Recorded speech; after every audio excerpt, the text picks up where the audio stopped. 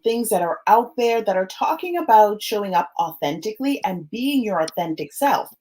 But how can we be authentically us when it comes to partnerships, collaborations, when it comes to all of these different areas? And so Rhonda, she is actually going to be sharing with us how we can do that.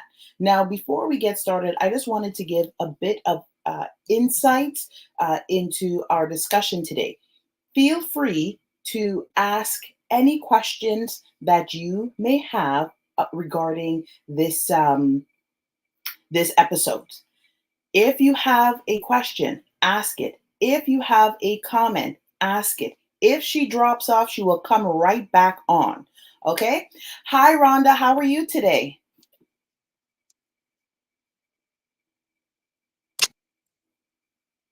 I'm having a little bit of trouble hearing you, trying to get my audio together, so just please bear with me.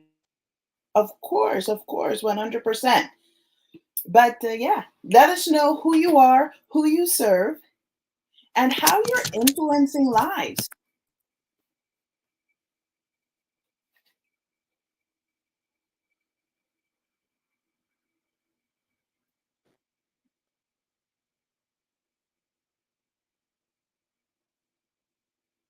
Hello, Rhonda. Are you still there?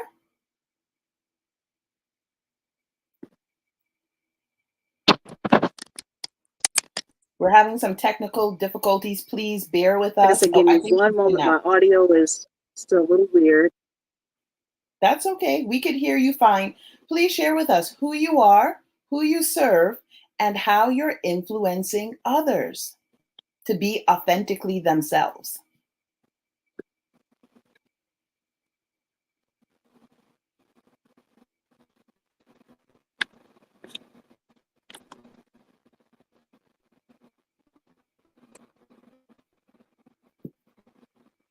I'm not sure what is happening with Rhonda's audio, but what I will say is that the show I, must go on.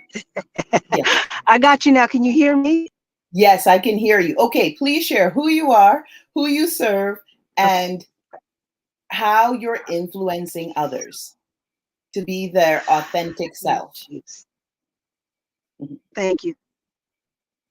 Yes, thank you. And I apologize for my audio, everybody. I had to do it in the car today, and sometimes technology wants to play with me at the wrong time.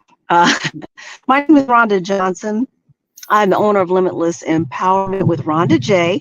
I'm the Visionary Empowerment Consultant, and I'm here to help women ages 35 and up prevent burnout, um, depressive symptoms, anxiety symptoms, by living their authentic selves, by not people pleasing, giving up perfectionism, and especially no longer subscribing to the superwoman myth, so that we can live our most authentic, bestest life ever. That's what I'm doing. And again, I really, really thank you to Lisa and everybody else for hanging with me as I cleared up my audio problems. Of course, of course. Well, thank you so very much for sharing that. And I like that because you're getting rid of that superwoman stigma that we've placed on ourselves and that society has also placed on Yes. us, as well as the Yes. boss babe kind of thing. Like, I'm this boss babe, I'm this, and there's nothing wrong with that. But what happens is then we have to be on all the time. And that leads into people pleasing. Now, I'm just getting right Yes. into things. People pleasing. Why did you decide, first of all, with this business? And why did you decide to say, I'm going to teach women, I'm going to encourage women specifically? This is also for men. Men can do this, but your ideal audience is women, 35 and over, from people pleasing. Share with us why.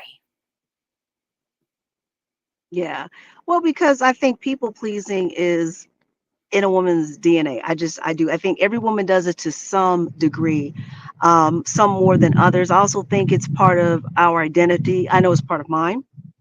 Um, but what really got me off the people pleasing train is caregiving. So I know I got probably a lot of caregivers out there, and I caregive for my mom, and I did for my father before he passed away, and it's a whole nother level of sacrifice. that I thought I was built for my people pleaser. I mean, of course, I didn't think of it like that. I just thought, okay, this is what I do. This is my space. But I realized, so I was giving out so much more of myself than I could possibly have. That I got to a place where I was a people pleaser. Well, there's a level of perfectionism in that. And then, well, how did I get there? And there's a level, this superwoman that, because I can do it all. That's what we do. And I realized that is what we do, but are we doing it well? And do we have to do it? And I started thinking, are other women feeling the way I feel? Anybody else being like, wait a minute, why am I on this amusement park ride getting turned around or upside down, all this stuff? Like, is this really life? Am I really being my authentic self? So that journey that I took made me wonder. I always think to myself, I always say questions like, well, what if, they always get you in trouble. You're like, what if someone else feels this way? So that's the kind of trail of a thought that I went on, was that I bet you other women are thinking this way. And I would like to show them that it's okay to question, especially over the age of 35, why we're Yes. doing what we're doing, why we are where we are. Is it getting us what we want? And if it's not, it's okay to say it's time to reevaluate some things. So, 100%. And so you brought up something interesting, and I want to touch on this. Um, you brought up being a caregiver, and that's the whole nurturing piece. Now, we're not male bashing here, or in any way, shape, or form, or trying to put any stereotypes on anyone. What This is her ideal audience because she's sharing this from experience. This is where it comes from. She's done her training, all of these things. And so I want to make that very, very clear yes. with others. With the people Yeah. pleasing factor, you talked about being a caregiver for your dad.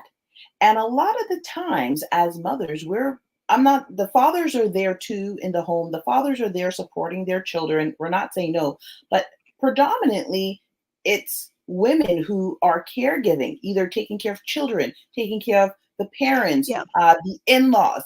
So there are all of these different factors. Plus, we still got to go to work. We still have all the things to do and think about. What made you decide to say, okay, enough is enough? And you touched on it. Enough is enough. Because you're like, what if other women felt like this? I'm ready to set boundaries and I'm going to prioritize myself. More Yes. importantly, how did you set Right. those boundaries? And I'm saying this because there's a lot of women, a lot of people who are probably tuning in live right now and or who will be watching the replay, and they're saying, well, that's all nice and sweet, but how am I going to prioritize myself and how am I going to set boundaries? Yeah. Yeah. So that's a good question. Also, I would like to emphasize that people pleasing, perfectionism, you're right, is sometimes feminine traits. They're not. They take on different forms. They look different in men than they do in women, but essentially they are the same thing. Um, so with boundaries, it's hard, right? I'm going to tell you, it's hard to figure out you need boundaries. It's hard to figure out what those boundaries are, and it's hard to keep them. But I realize that it's all about the acknowledgement and the effort.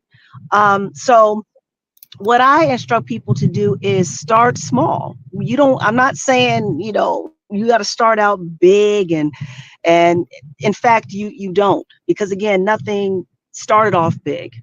It's, the people pleasing started off small and just built on itself. So does kind of retracting and having boundaries. So what I did for myself is say, okay, like for example, if I have somebody who calls me and they want to talk for hours, and it's like, okay, I'm not a big phone person. I'm not a big phone person anyway, but especially if I want to talk for hours on heavy things, then I would set a limit for myself. So, okay, or 30 minutes, because that's all the capacity I have today to give to this person. Yeah. So what I would do myself is I say, and I'm big on letting people know, right? So you let them know at the beginning of the call, I got 30 minutes. So that when that 30 minutes comes, you're not like, because by then they're talking a whole lot. You're trying to interrupt them. Now you're trying to interrupt them and say, well, I gotta go. Where 30 minutes, you starting off, I got 30 minutes. Yeah. And then really be firm about, okay, like the time is coming down to it, so we're going to wrap up the call. And also acceptance that there are going to be people who are going to try and overstep that. There are people who are going to have their feelings about that, because you used to give them 3 hours, now you give them 30 minutes.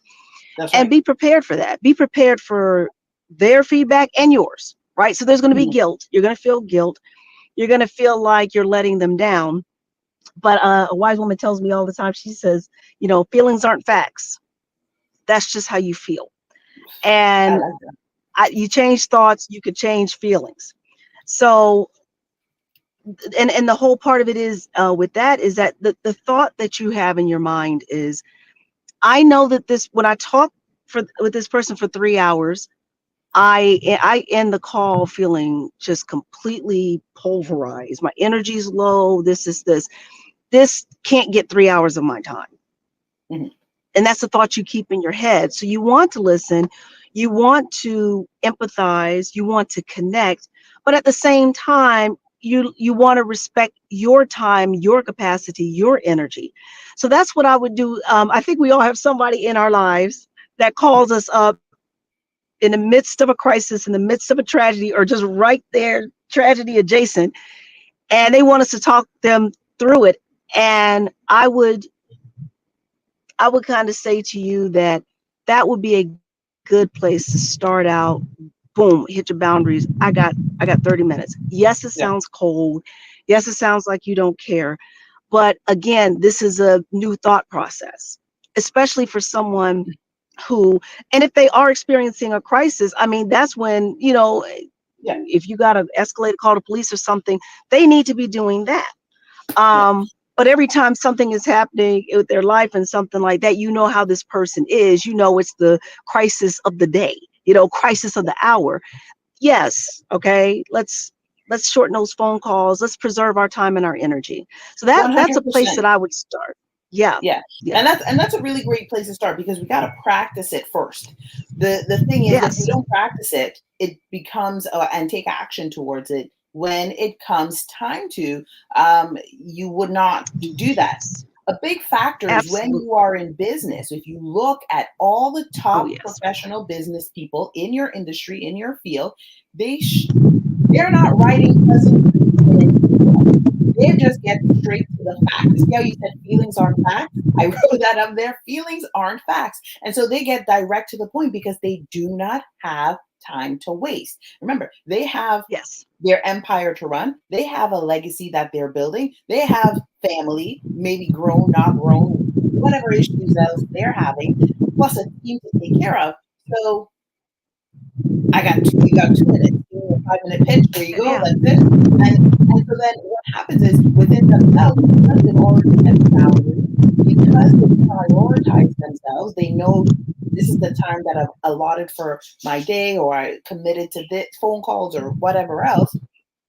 They Yes. they sift through the weeds real quick to get to the point. And so Yes. you stated that 100% in there. Um, when you have a business, any business, no matter Yeah. what you're doing, you're new, old into it, whatever, wherever your business is at, this comes into play. Please share Oh, oh, how. listen, let me tell you. Yeah, Yes. So like, I'm getting. Let me yes. get you to the I'm question. ready. How does boundary setting Yes. and people pleasing affect your professional life? Whether you work a 9 to 5 in an Yes. office or you have your own business, please share. Oh, especially I've seen in my business where it does really, the people pleasing and perfectionism does come out, because I think built into entrepreneurship is this what I consider false now. This sense of like, well, you got to do it on your own. If you don't do it on your own, this or that, you're not a good business person. You don't know what you're doing. This. There's a lot that you can and have to do on your own, but what I've learned is get over that. That's more the perfectionism superwoman part or Yeah. super person, superman part, where it's like we want to be an island unto ourselves, because the entrepreneurial story that we are fed is that there's this lone person working hard in their office. They went to work for 8 years and they worked on their 8 to 5, 9 to 5, 8 to 10. They came home and for 4 hours straight, they just grinded away in the office and now they got it. It's like that. And that may have been the reality back in the day, but now it's just not, it's not mentally or physically sound to work like that. We need each other. We need to understand our boundaries in terms of what we can do, but what we're not good at. So that's the difference in business. There are things that we can do, but they won't help the business grow.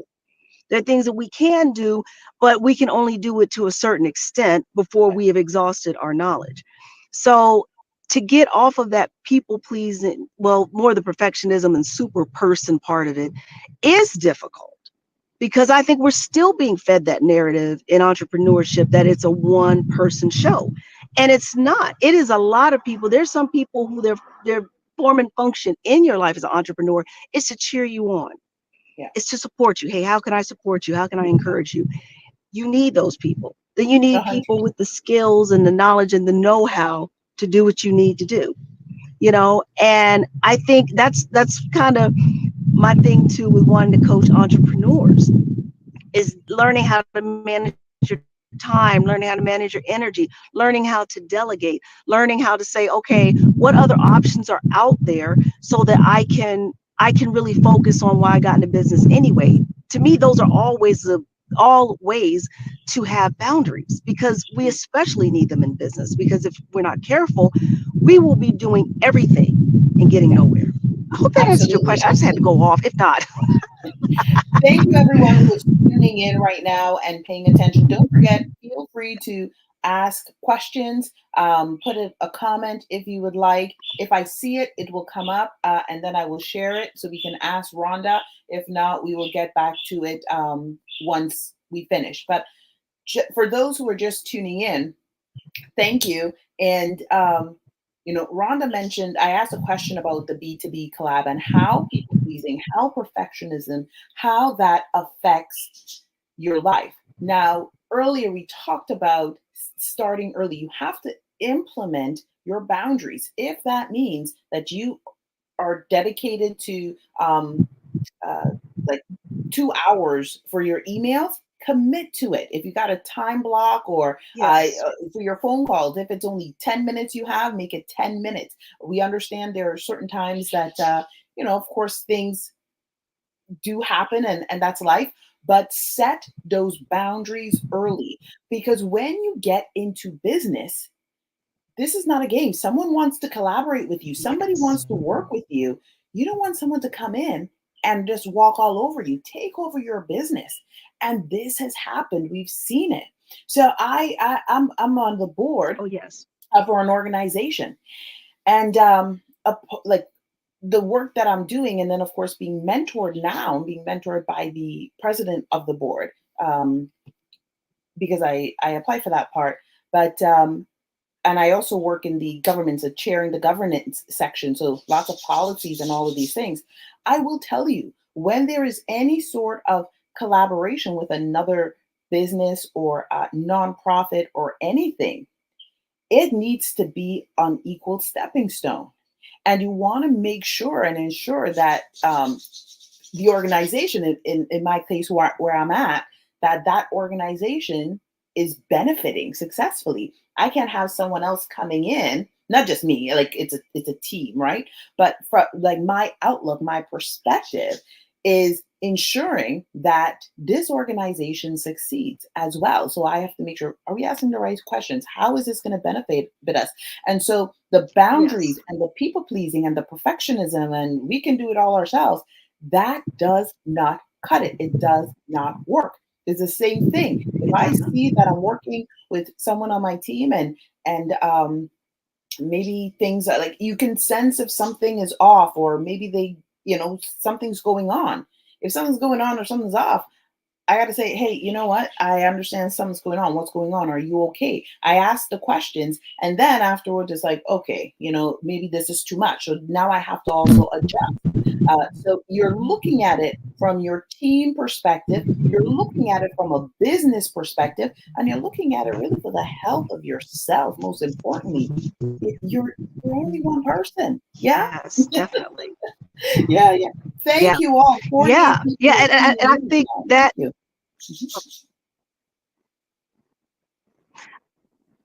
and I want to chime in on the health part. I think that part, especially with entrepreneurs, is so easy to get to run over, right? So again, I think part of my thing always is narrative, right? I think the narrative propel trends, right? So the narrative of the entrepreneur being the lone wolf out there grinding all night. Okay, the unsaid is that you're not taking care of yourself mentally or physically, and to me, that is there. Taking care of yourself is up there with knowing your product, marketing. Oh, so Rhonda just came off, but the show still continues on. So in terms of overcoming perfectionism and the boundaries, make sure you're setting those boundaries so that you are not worn out, stressed out, overwhelmed, and burdened. Because honestly, you are doing yourself a disservice, your family a disservice, everything a disservice. Everyone, most importantly, you for yourself. Now, we're supposed to go into how do you overcome that? And I'm going to save that for a little bit later. And the reason why I'm saving that for a little bit later is because I want you guys to get like the full benefits of this right now. We're going to get into embracing authenticity as we wait for Rhonda to come back. And once you have set the boundaries, once you have not only set the boundaries, but started to prioritize yourself, what you will find happening right now is that your authentic self, your true self, who you are, it will come alive. So that still small voice that we all hear about, especially if you do your meditations, you're doing stuff with your prayer, you're getting to know more about yourself, you're taking time for you, your authentic self starts to rise up. Your voice starts rising up as you start prioritizing yourself. And how it does that is sometimes, let's say you're putting out a post for your business before we get into how this affects collaborating with others. When people see you, this is when you get the know, like, and trust you factor. We talked about this on the first episode with Jasmine Bryant. And when you are authentically yourself, when you're being you, you're speaking genuinely from your heart, people will see it. They will resonate with it. Of course, yes, I understand there are other factors, and you probably have like your marketing team and all of these other people that are supporting you and growing. But more importantly, once you are being authentically you, it will shine through every single time. Don't use words because you saw someone else use that words and they got over how many likes and comments and they're being successful. You don't know what's going on in their camp. You know what's going on in your camp. So this is the beginning stages. Once you start setting boundaries, taking the actionable steps to set boundaries, taking the actionable steps to prioritize yourself. Now you could embrace your authentic self. And in doing so means that you're not using words or jargon that does not align with you. What that means is that you're showing up every day as yourself. Now, are you going to be looking disheveled and in any ways?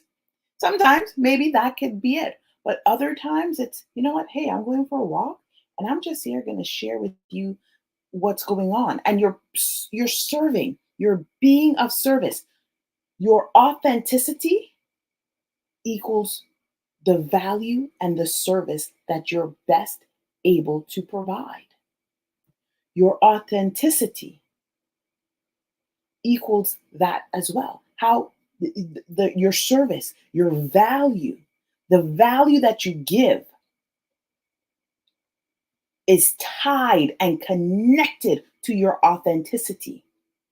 And so that's why it is important to be that way. And that's why it's important to show up that way. And I understand there's a lot of times things get thrown at the wayside. Sometimes we forget things, and those things are okay. I completely understand.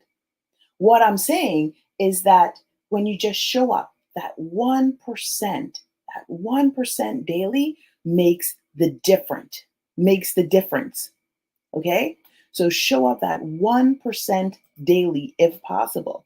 And then authentically, as you start embracing yourself, what's going to happen is that people will start seeing the real you. People will start seeing the real you. They will start connecting with the real you. And that is what you want. You want that connection. Welcome back, Rhonda. So, what I was sharing with the audience is before we went over the overcoming perfection, like practical strategies, I went right into embracing authenticity. And I definitely want to hear your thoughts on that. And what I shared with them Yes. was that once we set these boundaries, once we start prioritizing ourselves, then we become authentic. Now it's easier for us to be our authentic self, to be able to use our voice. And I said, don't use other words or statements or trying to copy others because you don't know what's going on in their camp. You need to focus on you. And in saying that, your authenticity is Right. where your value lies. Okay, your authenticity is where your value lies. Can you share Oh, thoughts yes. on how they can embrace authenticity? Oh, yes, yes. And again, I apologize, everybody, for technical difficulties. Thank you for staying with me, Delisa and friends. Yeah, embracing authenticity is not easy. But I was explaining to a client yesterday that one of the ways I learned to embrace authenticity is when it shows up. So when those moments show up, for example, if you're in a space where you may feel kind of competitive against somebody, or and competition's fine in some cases, but you feel like, oh, this person's doing better than me. I got to do this with them. Like me, that's one of the things. It's important to realize that, right? So is it natural competition, or are you feeling like person may one up you? Do you feel like this person is better than you in some way? And to really capture that moment and say, oh, this is what I'm feeling right now. I'm not feeling good enough, right? It comes across as this sort of, I'm sure this with the person, but it may be a feeling of not feeling good enough. And acknowledging that's how you feel. It's painful, it's not fun, but those moments of growth and authenticity. Now we can break it down. We can tell people sometimes these things come from our childhood, then we can apply adult level acting. If I don't feel good enough, what does that mean? In this circumstance, do I feel like they know more than me? Feel like they are better able to pick up quicker? And to understand that, at this age, we are again, people have different set of skills than we have. It doesn't make them better, it just makes them different, right? But to embrace that feeling and then say, okay, how can I be an adult about this? How can I not be so black and white with the thinking, so immature and childish in the thinking, and say, okay, what do I feel I need to do so that I won't feel that way? If there's anything that you can do. Sometimes this is part of being an adult too. Part of being an adult, right? And embracing that.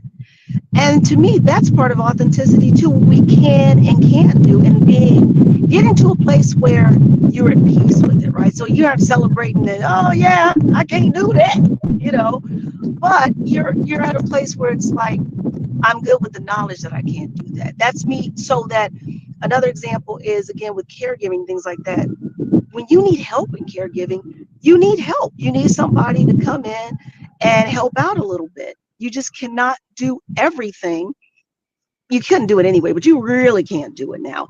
And so to acknowledge that is to acknowledge your authenticity. So I try to explain to people like, it's, yes, you are in some ways acknowledging limitations, but more to the point, you're saying, okay, but what can I do with what I can do, with what I do have, you know? So that's how we begin the process of living more authentically. 100%. And you touched on some points there, and I know it could have been cut out for a bit because of the wind uh, in your car. I know you're not driving, so people, she's not driving. Yeah. Uh, you talked about being when you're in your Right. authentic self. You touched on childhood. She touched on childhood trauma, and a lot of the things of those insecurity and perhaps even the low self-esteem comes from uh, a trauma that happened in our childhood that we're carrying with us, and that can, sabotage in a way. um, I want you guys to truly take a moment. I need you to truly take that time and figure out, am I authentically me? Am I embracing who I am? Am I asking for help where and when needed? Because when you can ask for help, when you can get the support, when you can embrace who you are, it becomes easier for you to navigate this world called life. And to be able to do that, a huge factor in order for you to embrace your authenticity, a huge piece of it is to know yourself. Shakespeare says, to thy own self be true. You must know yourself.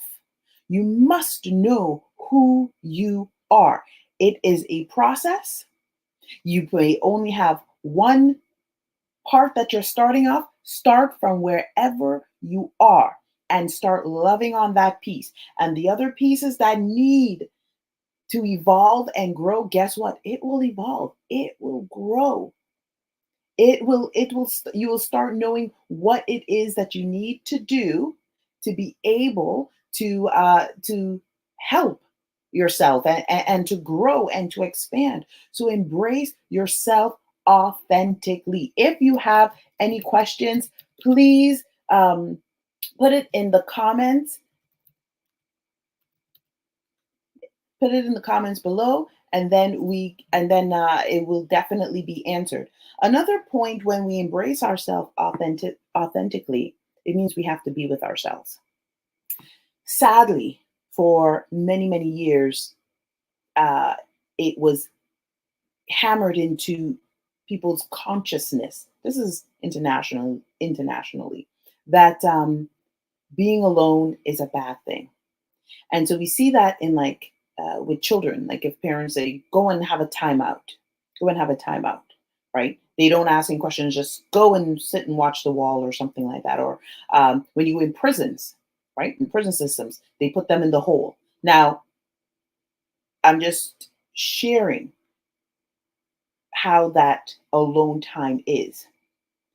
When people have associated, and this is psychologically here, when people associate a timeout, a dismission, go and be alone, it is very hard because many people don't want to be alone. Because when they get to be alone, all the stuff comes up. And as all the stuff comes up, they're probably not ready to face it. And but that's part of who you are, and that means that that work that you need to do, you need to be able to release it, you need to be able to let go.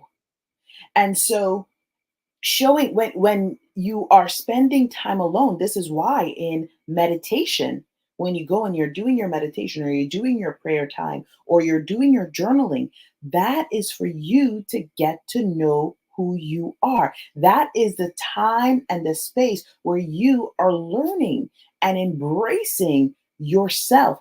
What do I want? Who am I? What do I want? Where am I going? Why? What are my next steps? And so that in itself is key. So don't view alone time as a time that's as a punishment. Sadly, You know, society has ingrained it into our consciousness that being alone means you're bad, quote unquote, or and then people can't face themselves. And so uh, this is why it's important to take time to be alone. Get to know you. Get to know who you are. Spend time with yourself. So that's a big part in embracing authenticity. Practical tools. Let's get into how do you gain practical tools here. Not only gaining practical tools, but also overcoming perfectionism. How do you overcome perfectionism? A big part you need to start is how you start your morning. How you start your day is going to set the tone for the rest of the day. You've heard this many times before. So how you begin your day sets the tone. It sets the tone. And when it sets the tone, you have already said either today's a success or today's a failure. When you wake up in the morning, one of the first things you need to start doing, aside from, using the washrooms and stuff like that, get into that time of prayer. Get into that space. Get into that time of reflection, of prayer. It is needed in order for you to set the tone for the day. If you are not setting the tone for the day yourself, you're leaving it up to happenstance, circumstance, situations, and other people. You've given away your power to others. And we don't want that. No, no, no, no, no. How you begin your day. Set the tone for the day with what you're doing in the secret place of your time alone within as you connect with your God. Set the tone through your meditation and all of those other aspects. Another piece is with the boundaries. You need to have your non-negotiables. Non-negotiables are essentials in order for you to set the boundaries. Another piece. So I talked about how you start your day. That sets the tone. Your non-negotiables, whatever your non-negotiables are. And that applied, your non-negotiables is where your boundaries are set. And that's, also where you're people pleasing, because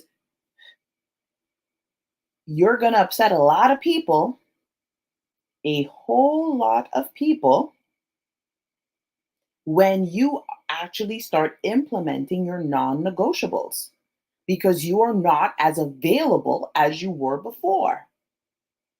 Okay? So how you begin your day sets the tone. Your non-negotiables. Your non-negotiables are your boundary setting, your people pleasing, where you start cutting the weed, cutting the weed away. All right?